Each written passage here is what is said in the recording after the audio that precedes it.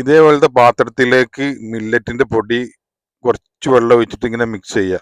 Mix ചെയ്തിട്ട് ഈ 3 കയ്യിൽ, ഇതിന്റെ 3 കയ്യിലാണ് ഞാൻ 3 കയ്യിലെടുത്ത് ആവശ്യമുണ്ടെങ്കിൽ അനുസരിച്ചിട്ട്. എന്നിട്ട് ഈ ജ്യൂസ് മെഷീന്റെ അതിലേക്ക് ഈ മിക്സ് ചെയ്തത് ഒഴിച്ചിട്ട് നല്ലോണം അടിക്കുക. നല്ലോണം കറക്കിയിട്ട് ഒരു 2-3-4 മിനിറ്റ് ഒക്കെ കറക്കിയതിന് ശേഷം ഇതേപോലത്തെ പാത്രത്തിലേക്ക്, സ്റ്റീലിന്റെ പാത്രം എടുക്കണം നല്ലത്.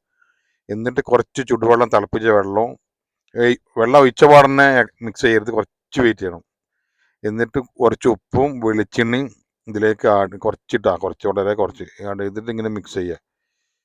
ഇപ്പം ഈ പരുവത്തിൽ ഇങ്ങനെ അതങ്ങനെ ഈ കുറുകുന്ന ഇതിൽ, മറ്റേ കൂടുതൽ ലൂസാവാൻ പാടില്ല, എന്നാൽ കൂടുതൽ കട്ടിയാവാൻ പാടില്ല, ആ രീതിയിൽ. എന്നിട്ട് ചട്ടി വെക്കുക, നല്ല തീ തന്നെ വെക്കുക. ജസ്റ്റ് കൈ ഇങ്ങനെ വെക്കുമ്പോൾ അറിയാൻ പറ്റും ചട്ടി ചൂടായിക്കണോ എന്നുള്ളത്. ഇങ്ങനെ ജസ്റ്റ് ഒന്ന് കൈ ഇങ്ങനെ വെച്ചെടുത്താൽ മതി, ഇതേപോലെ. അപ്പോൾ അറിയാൻ പറ്റും. എന്നിട്ട് അതിലേക്ക് ഒരു കയ്യിൽ ഒഴിച്ചാൽ തന്നെ മതി, ഇങ്ങനെ റൗണ്ടായിട്ട് വരും. ഇങ്ങനെ സെൻറ്ററിൽ ഇങ്ങനെ കുമിളകളായിട്ട് ഇങ്ങനെ വരും. അതുവരെ തീയൊന്നും കുറയ്ക്കരുത്. ഇങ്ങനെ ഇതേപോലെ ഇങ്ങനെ ഓരോ ഹോളായിട്ട് ഇങ്ങനെ വരുമ്പോൾ അതെന്ത് ചെയ്യുക,